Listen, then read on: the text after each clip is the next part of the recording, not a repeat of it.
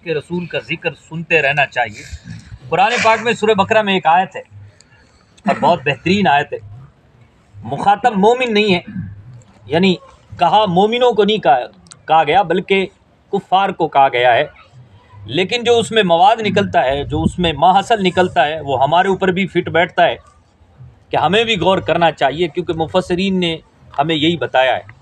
اللہ تعالیٰ کیا فرماتا ہے؟ اللہ فرماتا ہے کیف تکفرون باللہ وکنتم امواتا فاحیاکم ثم یمیتکم ثم یحییکم ثم الیہ ترجعون۔ تم اللہ کا انکار کیسے کر سکتے ہو؟ کافروں سے کہا گیا تم اللہ کا انکار کیسے کر سکتے ہو؟ مسلمان تو اللہ کا انکار نہیں کرتے، ہم تو سب کہتے ہیں اللہ کیا ہے، اللہ ایک ہے، اللہ بے نیاز ہے، لیکن یہاں کفار سے کہا گیا کہ تم اللہ کا انکار کیسے کر سکتے ہو؟ لیکن مفسرین کہتے ہیں یہاں یہ بات بھی فٹ ہوتی ہے کہ مسلمانوں سے کہا جائے اے مسلمانوں تم اللہ کو کیسے بھول سکتے ہو؟ تم اللہ کو کیسے بھول سکتے ہو؟ تم اللہ کو یاد کرنا کیسے چھوڑ سکتے ہو؟ کیف تکفرون باللہ، تم اللہ کا ذکر کرنا کیسے چھوڑ سکتے ہو جب کہ تم کیا تھے؟ تم مردہ تھے، بے جان تھے۔ کنتم امواتن، تم بے جان تھے، کوئی چیز نہیں تھے، مردہ تھے تم۔ مردہ کیا تھے؟ ایک پانی کی قطرے کی شکل میں تھے تم۔ کنتم امواتن، مردے کی شکل میں تھے، فاحیاکم، اس نے تمہیں زندگی عطا کر دی۔ سبحان اللہ۔ اب وہ زندگی اللہ نے کیسے دی ہے؟ اللہ اکبر۔ تو اللہ پاک خود فرماتا ہے قرآن پاک میں، اللہ نے فرمایا ثم جعلناہ نطفۃ فی قرار مکین۔ ایک ایک حرف سننے پر نیکیاں ملتی ہیں، سبحان اللہ، سبحان اللہ۔ اگر ایک حرف پڑھو تو 10 نیکی، ایک حرف سنو تو 10 نیکی۔ ہم آپ کو قرآن سنا رہے ہیں، اللہ نے فرمایا، کیا فرمایا؟ اللہ نے فرمایا تم مردہ تھے، بے جان تھے۔ کس انداز میں مولا؟ تو فرمایا ثم جعلناہ نطفۃ، تم پانی کے قطرے کی طرح بے جان تھے۔ پانی کا قطرہ تھا، یا تو تم باپ کی صلب میں تھے یا ماں کی رحم میں تھے پانی کا قطرہ۔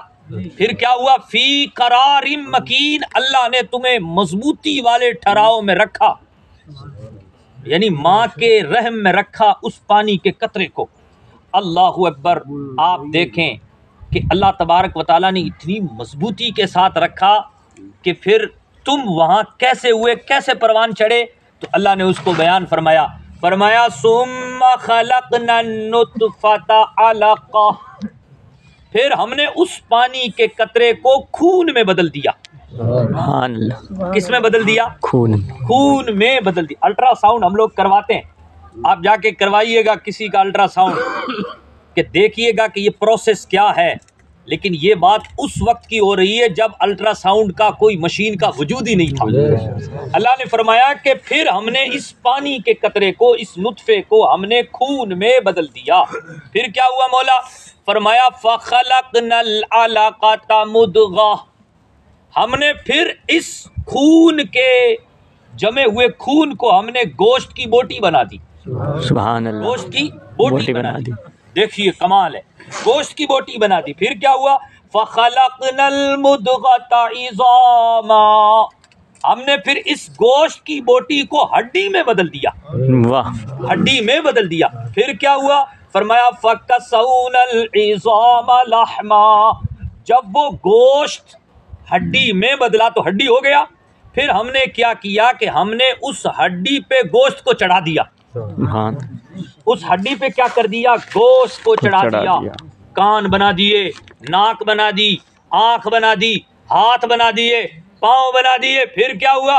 ثم انشأناہ خلقا آخر، پھر ہم نے اپنے فرشتوں کو بھیجا اور کہا جاؤ اس میں روح پھونک دو، ہم نے پھر تمہیں ایک دوسری مخلوق بنا دی۔ جب تم پیدا ہوئے تو بیٹا کہلائے، یا پیدا ہوئے تو بیٹی کہلائے، سبحان اللہ۔ پھر ہم نے دوسری مخلوق تمہیں بنا دیا۔ اللہ اکبر۔ اللہ نے فرمایا فتبارک اللہ احسن الخالقین۔ دیکھو تو صحیح اللہ بابرکت کتنا ہے، اور کتنا بڑا بابرکت ہے کہ اس نے تمہیں کتنے خوبصورت انداز میں بنایا ہے. واہ بے کوئی شک بنا سکتا ہے تمہیں اس طریقے سے؟ روبوٹ کی دنیا ہے، دنیا بہت آگے جا چکی، لیکن ایسا خوبصورت انسان کس نے بنایا ہے؟ اللہ پاک نے بنایا ہے. تو اس اللہ کو ہم کیسے بھول سکتے ہیں کہ جس نے ہمیں بے جان سے ایک خوبصورت انسان کی شکل میں بنا دیا. بے لیکن شک سنو، صرف تم زندہ بن کے یوں انسان بن کے رہو گے نہیں، ابھی یوں جیسے ہو، جی رہے ہو، جاگتے ہو، جان والے ہو، ایسے ہمیشہ تم رہو گے نہیں. کیوں؟ اس لیے کہ ہم نے پھر تمہیں موت بھی دینی ہے. پھر کیا دینی ہے؟ موت. ثم یمیتکم، پھر ہم تمہیں مار بھی دیں گے، پھر تم پر موت بھی طاری کر دیں گے. اب اسلام ہمیں یہ سکھاتا ہے کہ بھائی جب تم مرو تو اس انداز میں مرو.